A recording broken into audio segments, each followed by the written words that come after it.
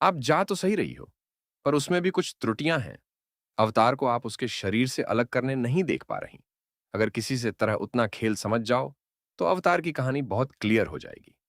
दूसरी बात जो आपके समझने की है, वह यह है कि हर अवतार एक दूसरे से अलग होता है। बस उनका मूल उद्देश्य धर्म स्थापना आपको लगेगा, पर फिर सब में एक दूसरे से बहुत अंतर होता है। जैसे कि राम को देखकर कोई यह नहीं बता सकता था कृष्ण कैसे होंगे, और कृष्ण को देखकर कोई यह नहीं बता सकता कल्कि कैसे होंगे। क्या होता है, अवतारों का एक छद्म रूप होता ही है हमेशा। उसका कारण होता है, कोई भी असुरवार तभी करता है जब उसे यह विश्वास सामने वाला उससे ताकतवर नहीं है, कमजोर है, या फिर पलटकर कुछ नहीं कर पाएंगे। और भी बहुत कारण होते हैं उनके छद्म रूप के, पर अभी हम इसी पर बात कर रहे हैं। तो देखो, रामना उस समय के हिसाब से ऐसा चरित्र थे जो उस समय के समाज में घुल मिल सकते थे और किसी को यह एहसास नहीं होने देते कि वह अवतार हैं। पर वही राम अगर कृष्ण के युग में होते तो समाज ज्यादा खराब था उन्हें घुलने मिलने में। उस समाज में क्षद्म रूप धारण करने में परेशानी होती। देखो, ये जो क्षद्म रूप होता है, ये बहुत इंटरेस्टिंग होता है। यह अवतार के चरित्र को एक शब्द में ढक लेता है। उदाहरण के लिए, राम पहले राजकुमार शब्द में ढके रहे, पर वह उतना इफेक्टिव नहीं था। फिर उन्हें जो शब्द दिया रावण और दूसरे असुरों ने, वह था वनवासी। ऐसी कृष्ण पर आओ, कृष्ण को क्या क्या शब्द दिए गए?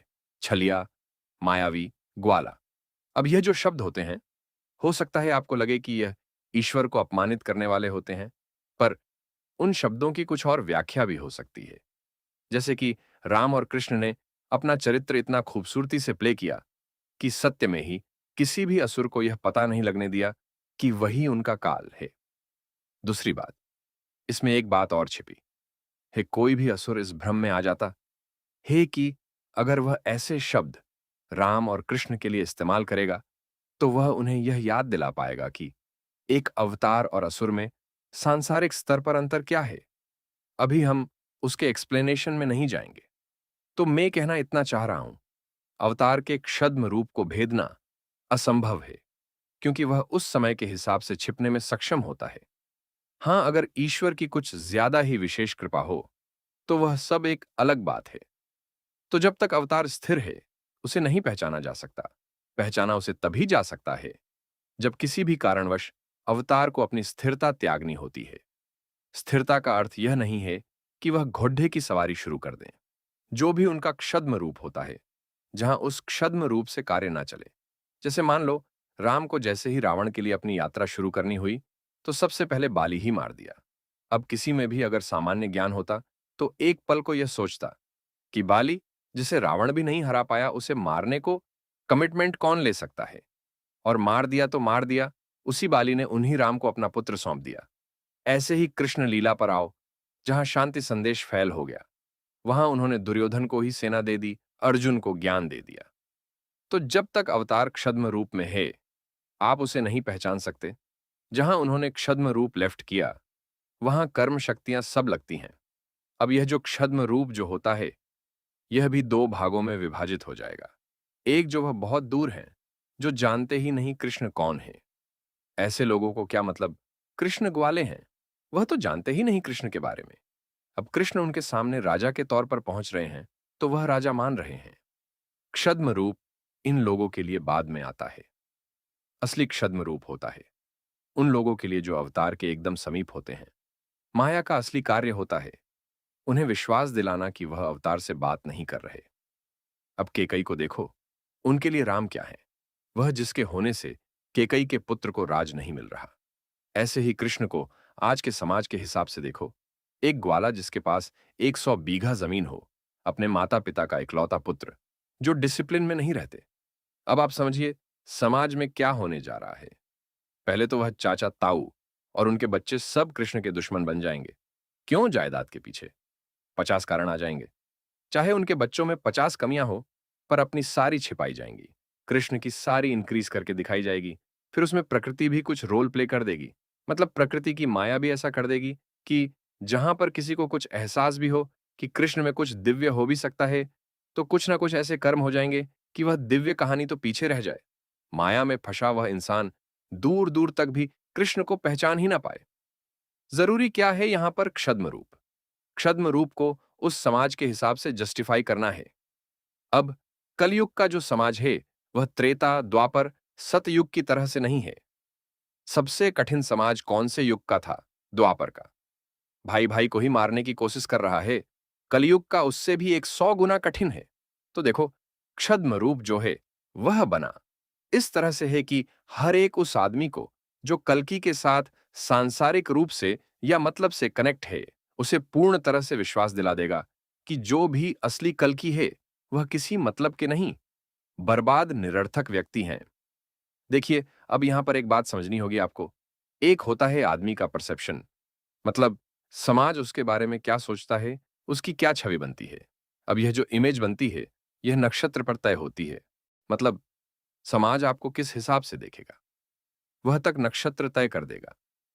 पर यह जो नक्षत्र होता है, यह यह मानकर चलता है कि आप वास्तव में भी वैसे ही होंगे जैसा समाज आपको देख रहा है।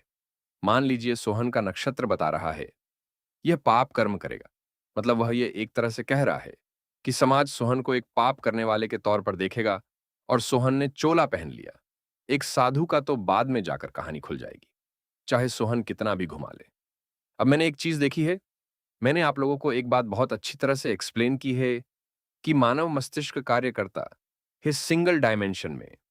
तो जितने भी मैं देख रहा हूं, जिन्होंने भी कल्कि को डिकोड करने की कोशिश की, सबने सिंगल डायमेंशन से ही की। कोई भी कहानी की दूसरी डायमेंशन पर नहीं पहुंचा। उदाहरण के लिए विभिन्न ज्योतिषियों ने जो भी विभिन्न समय पर प्रिडिक्शंस थी, उसे आधार बनाकर सबने वही ग्रह नक्षत्र सर्च किए और उस समय के सबसे शुभ हो, और बचपन से ही वह दिव्यता दिखने लगे।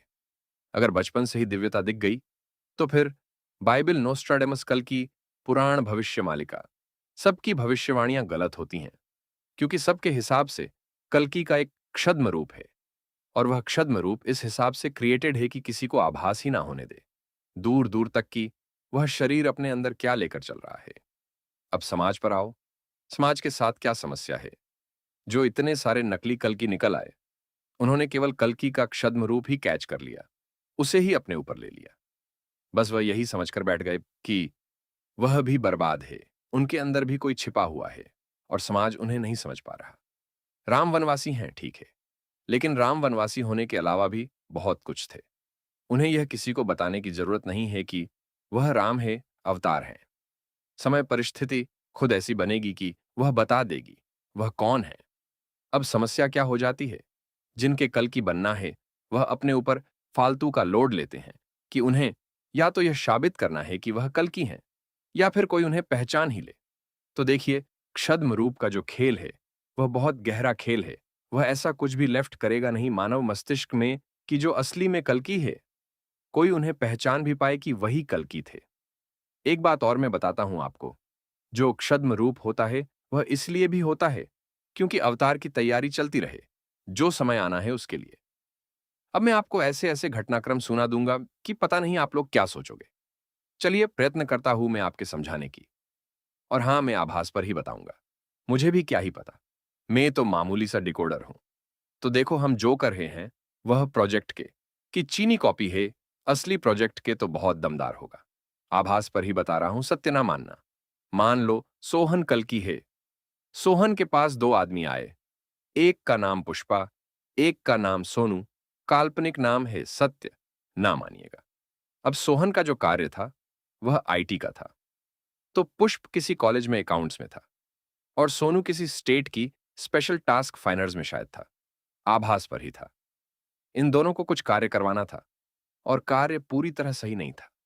अब तीनों रोज मिलते, बात करते, पार्टी करते। कुछ भाईचारा हो गया। सोहन ने पुष्प और सोनू दोनों को कहा, तुम्हें पैसे चाहिए ले लो, पर सही तरह से लो। तुम जो तरीका इस्तेमाल कर रहे हो वह सही नहीं है, किसी और के साथ कुछ गलत करेगा। एक काम करो, एक कर्म करते हैं, और उसमें तुम्हें जो चाहिए तुम वह लेना। बस वह कुछ समय लेगा, पर जो भी मिलेगा वह तुम्हारी जिंदगी पर पॉजिटिव असर रखेगा। पर दोनों ही सब्र नहीं कर पाए।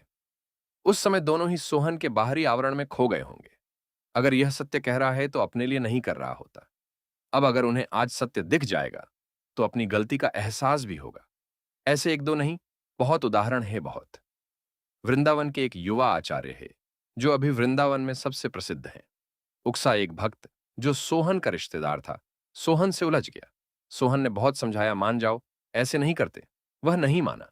तो सोहन ने फिर कह दिया कि चलो, तुम्हारा अहंकार इस वर्ष के अंत तक टूट जाएगा। अब सोहन बर्बाद पर कॉन्फिडेंस में था। बात सोहन के परिवार तक पहुंची। सोहन के रिश्तेदार ने अपनी सारी बातें छिपाकर सोहन की बता दी। सोहन ने क्या कहा है? सोहन के परिवार ने कह दिया, ये इतना ही होता तो अपना भला ना कर लेता। इसके कहने से क्या हो रहा है? सोहन ने क्या किया? जो भी उसका रिश्तेदार था, वह 8 पन्ने जो मैंने आप लोगों को दिए हैं, उठाकर अपने रिश्तेदार को दे दिए और कहा, देखो, मेरे मुख से जो निकल गया वह मिथ्या नहीं होगा। तुम्हें शक हो तो इन पन्नों को समझ लेना। वह रिश्तेदार उन्हें आचार्य के पास गया, उन्हीं 8 पन्नों को लेकर। आचार्य ने क्या कार्य किया? उन 8 पन्नों का अनुवाद जो मैंने आपको दिए हैं, उन्हें हिंदी में अपना ज्ञान बताकर अगले दिन अपने श्रोताओं के सामने कह दिया। पर कल की पैदा हो चुके हैं, उनके बारे में क्या लिखा है वह सब गोल कर दिया, क्योंकि उससे आचार्य के धंधे पर चोट पहुंचती। और उस रिश्तेदार को भी कह दिया, अभी तो 4 लाख साल है आदमी का, अभी 2 फुट का होना बाकी है। रिश्तेदार घर आ गया और नियत समय पर निबट गया। देखो, वह क्षद्म रूप इतना जोरदार था कि आदमी को पूर्ण विश्वास करा ही दे। ये मनुष्य सत्य में किसी काम का नहीं। अब लोग अपने अपने हिसाब से डिफाइन कर लेते हैं। ठीक है, हम उसमें नहीं जा रहे। आज का वीडियो यहीं संपन्न करते हैं। कुछ अधूरा सा रह गया, टाइम पास नहीं हो रहा था, तो हमने सोचना कुछ बात ही कर ली जाए। अब जहां तक लेफ्ट हो गया हो गया। आज 30 जून है और आज ये महीना खत्म हो रहा है। आज के दिन हमने कहा था कि वेबसाइट कंप्लीट हो जाएगी, पर हमें लगता है यहां से अभी 72 घंटे यानी कि 3 दिन का समय और लगेगा। पर ऐसा भी नहीं है, आज कुछ हुआ ही नहीं, कुछ संपन्न हुआ है। कहानी का पहला अध्याय पूरी तरह से। अब प्रश्न यह है कि पहला अध्याय था क्या? पहला अध्याय यह था मित्रों, दिग्विजय की कहानी 30 जून तक अपना आकार ले लेगी। और आज 30 जून है। ना तो हमें दिग्विजय पता है कौन है। दिग्विजय का अर्थ वह है जिसे पूरा युग बदलना है। तो ना तो हमें दिग्विजय पता, ना हमें कहानी ने क्या आकार लिया ये पता। हमें बस इतना पता है कि बात सही गई है। चलिए दोस्तों, आज के लिए इतना ही।